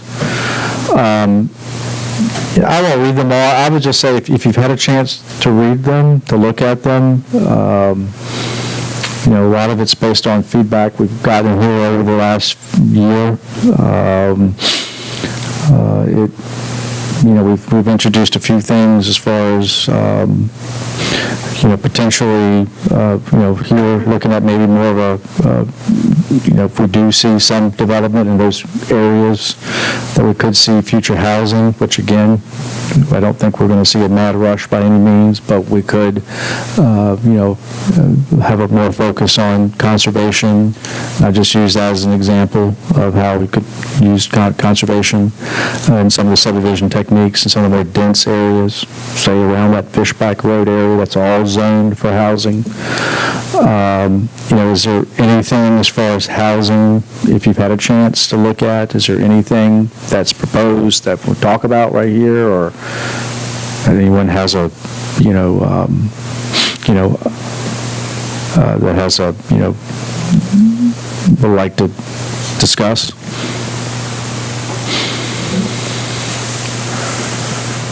Some of the housing districts need to permit.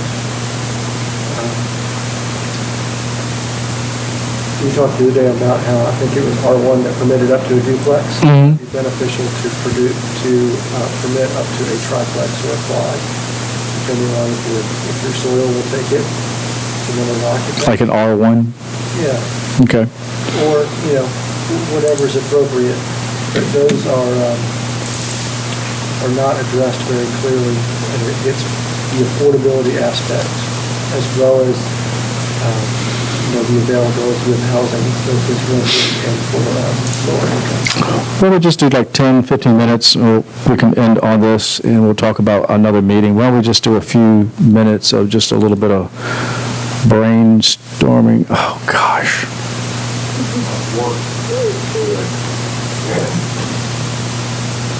Let me see if I...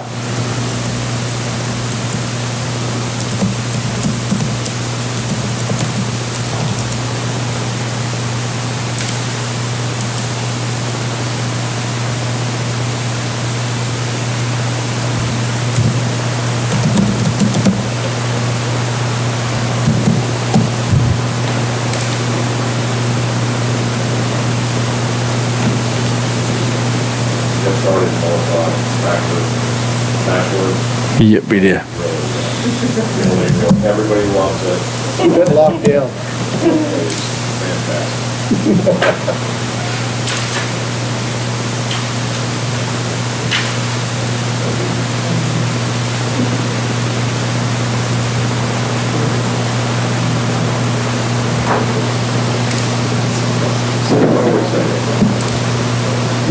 Not your show. Sorry, Ligon, but you're unauthorized. Damn. It's kind of...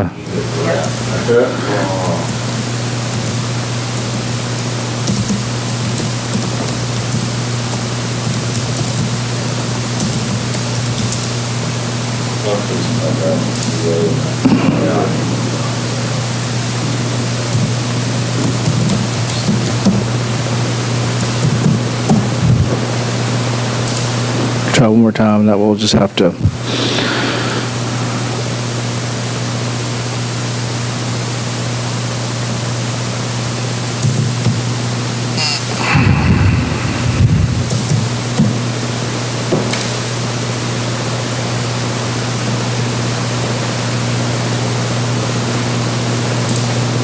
One more time, because it changed my authenticator. One more time, now we'll just have to.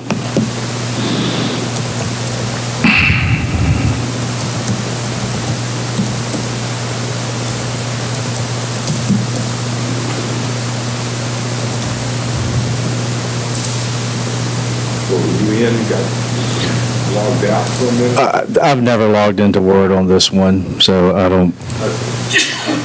Yeah, this stinks. No, I don't know what to do. Hang on. Oh, okay. I don't know. It works now. If you go to the top and log Bruce out, you might be able to log in. We're all calling the way Where at? All the way up, right, Oh, yeah, no, yeah, yeah. you were so close. Okay, to that, yeah, there. Sign out. All No, the way to the top one. because it's telling you someone else is on the device. Bruce is our team, actually, guys, so I think everybody's up, so that's what we're. Now it shouldn't let you go. All right. Thank you. Let's see this one more time. That's what I do all day. That's good. Fight software. Bruce wasn't in a meeting. It's all He gets a note. Look at me. You guys getting, Look at you. All right. Let's just do a little bit of quick brain. Okay.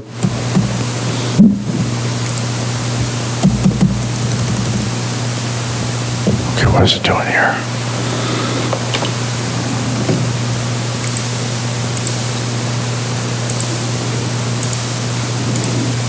It won't let me type.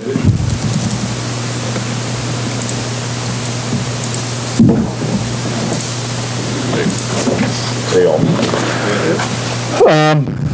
Will, how about we, under economic development, I'll just write, I'll just take a note here. Let's just do a few minutes. What would be some just general ideas we'll just throw out? I think under economic development, we said broadband development would be a first one as maybe a goal or objective. And I sort of, broadband development, and I said, remember we had looked at that number where we, maybe in the next 5 years, where we have 75% of the community that has adequate to excellent broadband? You think that would be a reasonable sort of goal to look at? I think it's probably better if it's 75% available. Nobody did a survey what price it would sell. So you think 75% would be available? Yeah. Availability. Okay. All right. How about else under economic development? We've got, how about, One of the comments in there to explore agricultural base and about creamery, slaughterhouse, even mobile slaughterhouse. okay, how about, kind of look at supporting agricultural industries? I know the 4-H is very focused on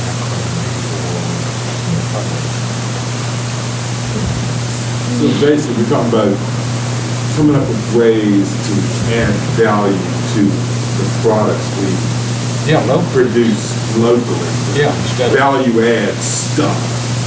yeah, because none of the beef is processed in the county. You have to go into a Just like, look at all the timber we harvest in this county. Where does it go? Goes everywhere else. You know, So we just our guys close do it all down. the hard work. just closed the sawmill in Leon. That's right, they did, didn't they? Rockville closed. Yeah. Basically because the timber was too far away. It cost too much to transport it to where the timber really was that they could buy and transport it to also. And that's been a multi-generational annual business. Yeah. All right. Some of our economic development, we need to be flexible when there's a business. If you look at the Amish in Pennsylvania, I mean, here's the house, here's the barn, here's the cabinet shop right out behind. You know, so you need to allow for businesses, for craftsmen build stuff by right. Where if you had a mill shop or you had, you know, it's kind of like Joe Henshaw, what he does. I mean, it's right there on the farm. All that needs to be just something we welcome all the time because that's a really good tax base and it uses local labor and it doesn't harm the environment and it, you know, it's good. I mean, the Amish folks have really carried it to another level, you know. It may already be like that, but I don't know if that couldn't be promoted. What's this about promoting? This is why I wish I could just type here and it would kind of work it. Sort of. Mixed use zoning to support. Well, you need language for home-based businesses as opposed to just a generic mixed use, because then you allow anything. Yeah, mixed use zone for home-based businesses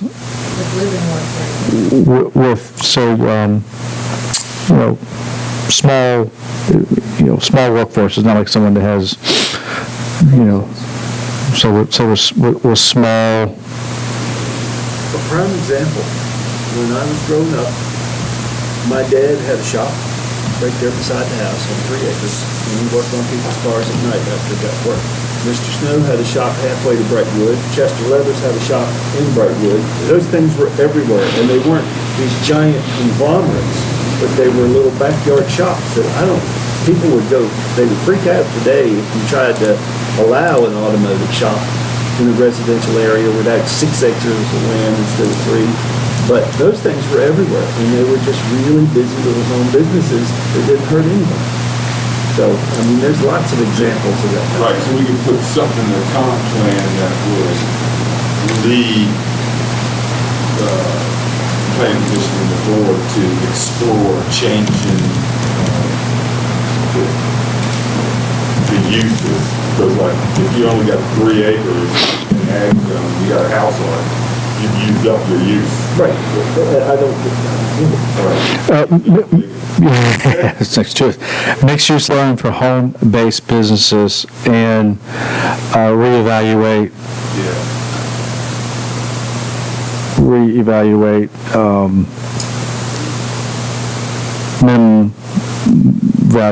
minimum Requirement for a home-based business. Why would I need 6 acres to be a shade tree thing? for home-based businesses. Okay, that's good. My granddad had a sawmill on an acre and a half. There's a phone in the comment too. That's East Redwood. Actually turning out stuff and selling it.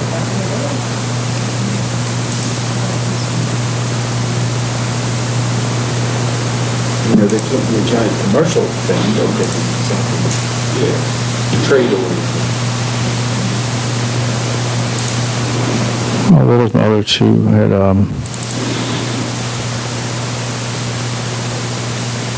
right, anything else? Kind of, those are a couple of good ones, I believe. And we brought up, it's like, we address things that we pretty much know we don't. Because data center stuff is I think that's a good one to bring up. and just so you know, just so folks you know, we don't have infrastructure for that, we don't have data for that. There's 3 years, if we were wanting to do it, it would be 3 years to do it. There's not going to move, we have to do overtime,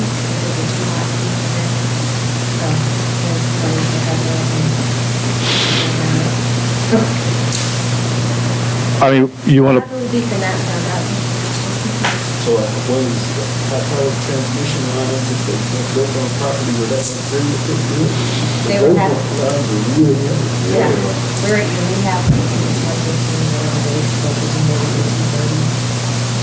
so I'm just trying to get something to work with. So I think that there's sort of I think it's fair to say, and someone had approached me about a data center here, what our thoughts were.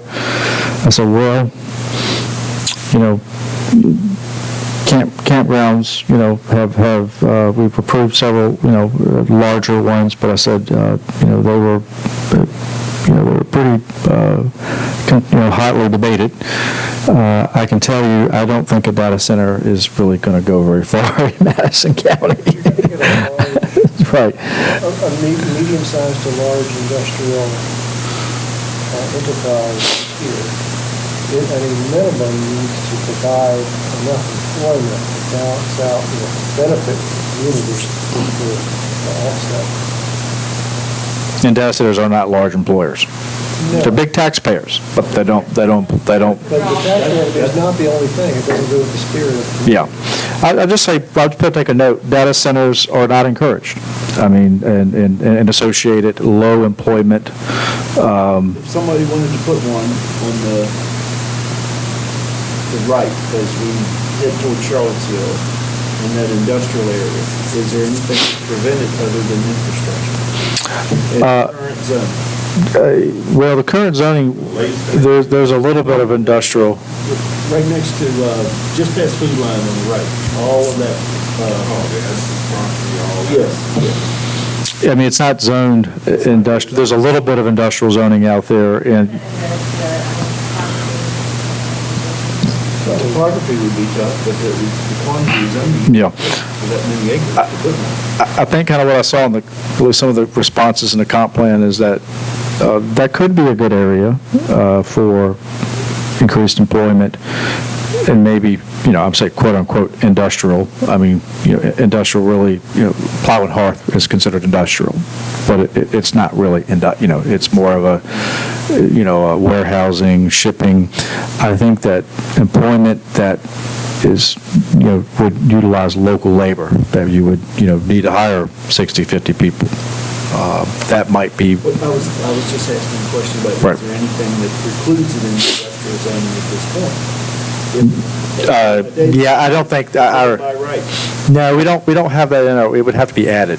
I don't think there's anything in the industrial, so, I mean, I think just as a general, you know, if it is something that an industry, and again, don't know that we're going to see this, but if there were an industry properly located, say at that intersection you're talking about, that did have maybe, you know, more employment than say a data center, or would be something that I think could be considered. Is that sort of a feeling of the people who are here? I mean, I don't know what the industry is. Actually, you wouldn't have to bring 232 down here to do it on site. 14-inch main comes to the natural gas tap on into the inside the gas turbine.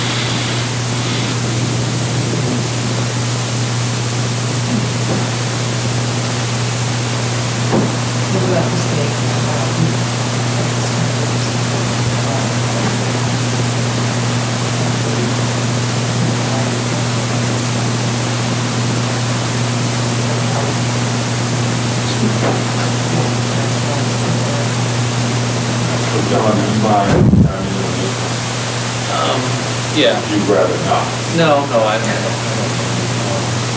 I think, You guys are, you're knee deep in this. Yeah, so, yeah, at PDC, I mean, we're everyday data center right now. That's right. And you're right. Work Madison is not on stage. Dominion and PG&E, the operator right now in the process of mapping out like the 5-year expansion plan, and literally Madison is not on there. So it's highly unlikely that any proposal would come to Madison. So could you help us draft something that will basically say, you were saying, but I guess, I mean, we have to leave it somewhat open because, Because I haven't heard. I haven't heard. And they're actually, right, and then they're literally looking at people's property, personal property, and they're not really checking. No, I don't think so. But I just think that, Encourage small scale. Keep your language positive. We're going to encourage the small scale industrial instead of discourage the big one. And I mean, from PEC's perspective, just in terms of economic development broadly, in a place like Madison, I mean, we would plan to take it positive, or just do everything we can to encourage, kind of maximizing the economic benefit of the scenic beauty, agriculture, health, heritage. And, Yeah. kind of gets us into our agritourism and our, yeah, that's a good point. Other counties kind of focus on trying to attract tax dollars from industry, but Madison has the resources. Right. From the survey, people really. Right, I think we did see that people were, so what are some language we could say as far as, and we'll move on to the next one, but I think we sort of, we see that tourism is a valued industry. It seems to have a fairly, unless you live by it, potentially, but seems to be pretty positive in most folks' mind. So, that's something that we can articulate without saying, hey, look, we're not looking for the next Disney America. Everybody remember Disney America? We like smaller scale tourism establishments, short-term rentals. I know we did have a large proposal that was approved north in the county, but I think those are the exception. We really want to encourage the smaller scale. Right. So, smaller scale tourism development that complements existing industries and development. Yeah, that's a good one. What was that again, Carl? Say that again? Complement, things that complement our resources. When you go say small scale. Just need to say. That complement our resources and industries. And that's really good because you can tie into that and protect yourself at the same time with things that contradict what we are all about. I like that. And I think we always welcome expansion of existing industries and business. Right. That's right, that was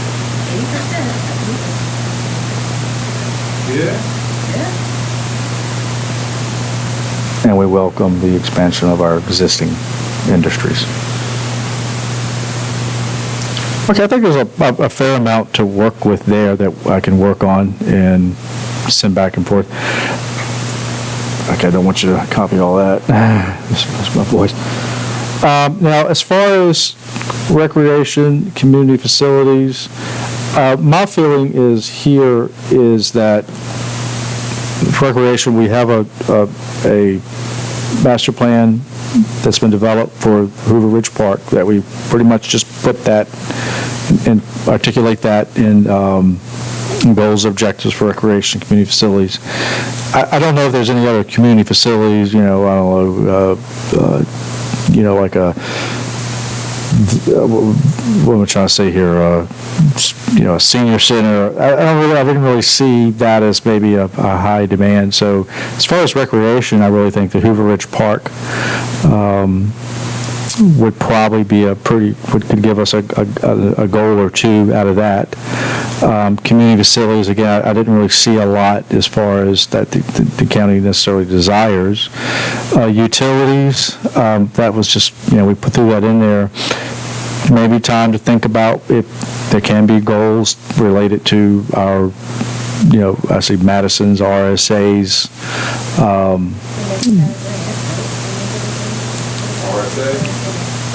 Yeah, to study what it would take to, there's a lot of new technology to expand to double the size of the city without having to double the size of the footprint. So the technology is there. If we want to promote growth around that R1 area, then if we don't improve water and sewer, you're going to continue to get patchwork quilt of development all over the county all the time. I mean, it's like squeezing a balloon. You squeeze it over here, it gets big here, you squeeze that, it gets big over here. If you don't make a place for it and say it's welcome here, Yeah, so, a very clear goal that, it's going to happen anyway, that we improve, that we like to see RSA vis-à-vis the county, improve, which it needs anyway, and especially expand. Support, yeah, I like that word, support the expansion. This is a safe space, I said it loudly, but there's somebody who wants to purchase the old hotel there that is complaining about it. But if we're selling about to sell it, because he doesn't have water and sewer. So he's continuing to see something for him. So they live down there. Okay. I think that I can work on that and come up with a couple pretty good goals and objectives related to water and sewer. Not saying that we're taking it over. We're just going to support RSA in its efforts to, unless they hand it to us and say it's yours now. I guess that's possible. But use RSA or just say we want to support the further development of public water and sewer? yeah, I think that's probably good enough. We don't even have to. Right. You name it, you narrow it, and then you never know what it's in the future. You got a 10-year agreement with Orange right now, state. Okay. RSA. Okay. And I think we talk a little bit about maybe private contributions to that, if that's, I know they have an impact fee, I'm sure, for if there are new hookups, then there's going to be an impact fee for that, I think that will probably, I can come up with some pretty good things to chew on for that one, for these two, just based on this just short conversation. And now transportation and mobility, I probably will go through and try to discern some patterns in what people commented on, but I think the first thing we can do is just put the 6-year plan that we have with VDOT. As far as the improvements, the road improvements that the county has identified, I don't know them off the top of my head, but I know we have an active, and that could be in there. Well, a good point on that, the county didn't identify them, actually, the citizens identified them, asked different boards to put it on the 6-year plan, and so we try to prioritize as best we can and get on there, so the citizens actually put that stuff Okay. forward. But it's a countywide six secondary roads, 6-year plan. Right. It has anything to do with the primary. I'll just get more information and put that in the List things in here, or just say support the development advancement of the VDOT's 6-year plan? No, I like to put this, getting the 6-year plan and putting it in there even as an appendix, I think would be good. It changes every year.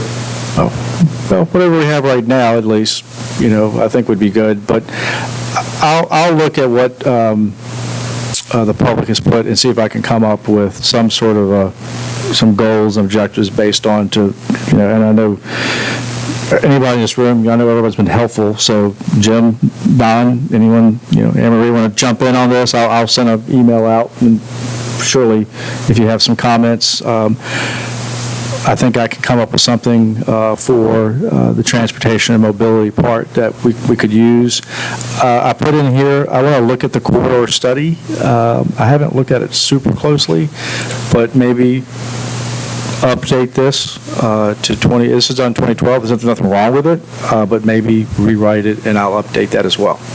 And I can show you, I don't see any reason we should scrap it. The one big thing that we stopped putting on quarter study that I've decided I don't like, when I was a party that put it together and approved it, when I'm complaining this right now, was we've got a mile on either side of 29 as land that we would consider rezoning to business.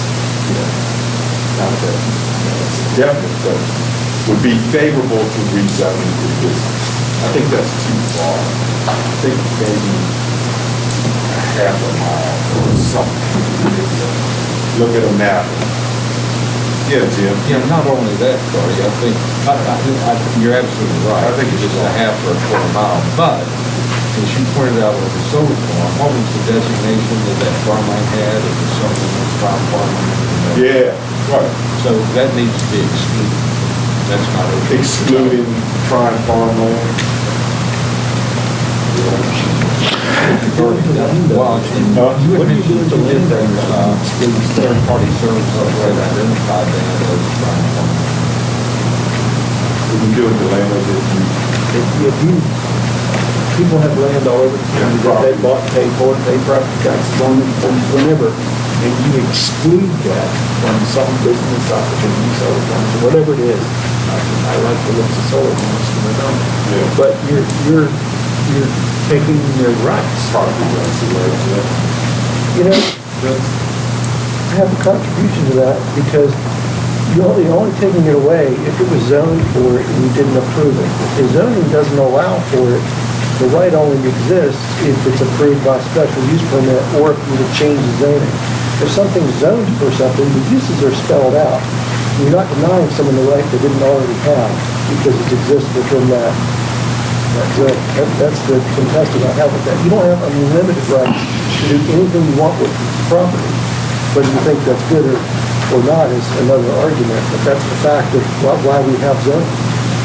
So, that's why people have a hard time with, rezoning property for a purpose, and the neighbors go, well, it was only zoned for these things, and you'd be okay with that, but not just for anything. That's the point. That's a good point, but a lot of these properties were owned by families before zoning even existed.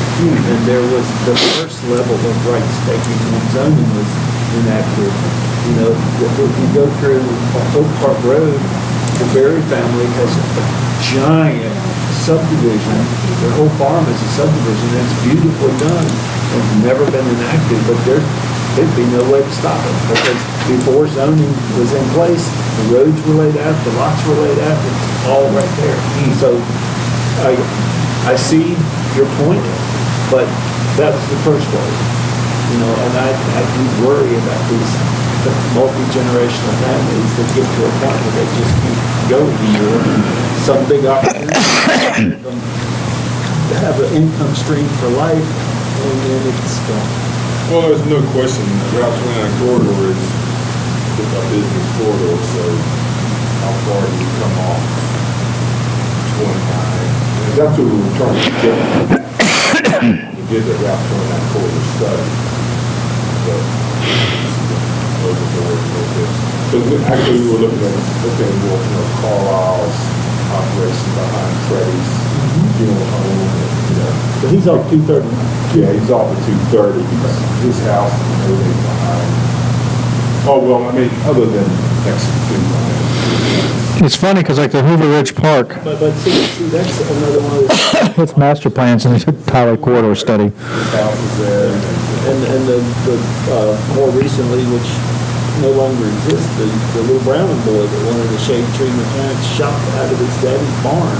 He's exactly 1 mile off the highway, and he did such a poor job at it, he just got a bad reputation, but there are lots of people that wouldn't do a bad job.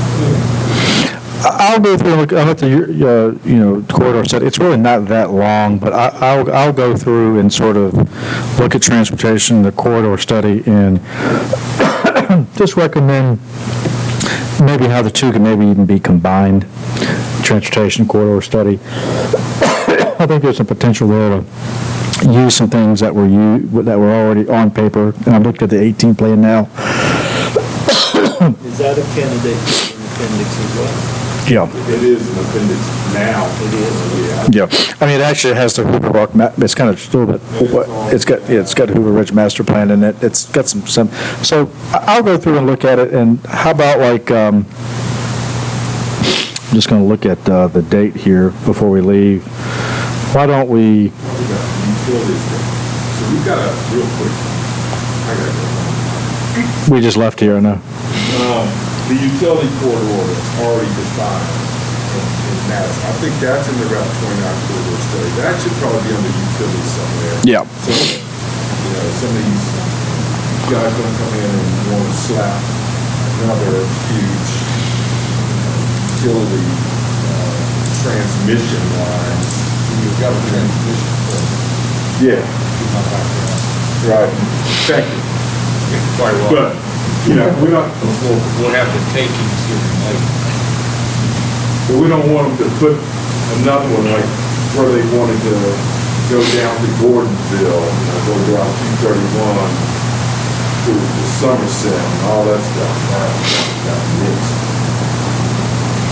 How about this, I will just get back to work and contact some of y'all to help with some of the editing that was so useful this last time. And how about I think I can, we have 3 more kind of elements to go over. I've got some feedback tonight.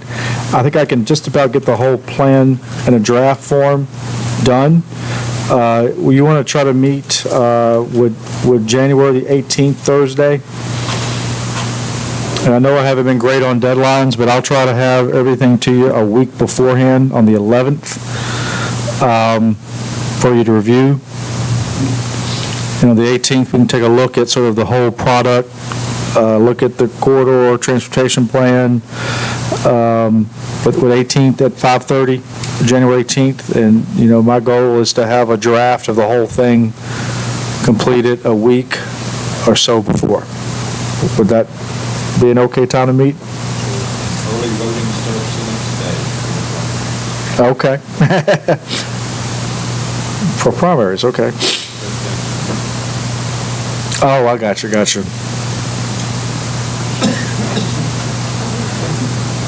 Okay, so 18th to 5:30, and I'll try a week beforehand, have something to y'all that you can look at that'll cover the other 3 areas we're going to address, and maybe to have most of the whole plan put together, and we can come through it on the 18th. Are the subcommittees still meeting? I'm not sure when the next one's meeting. Could you give me a list of who's on the line? I had a list, but I can't. I think even people that were named for this committee are all changed.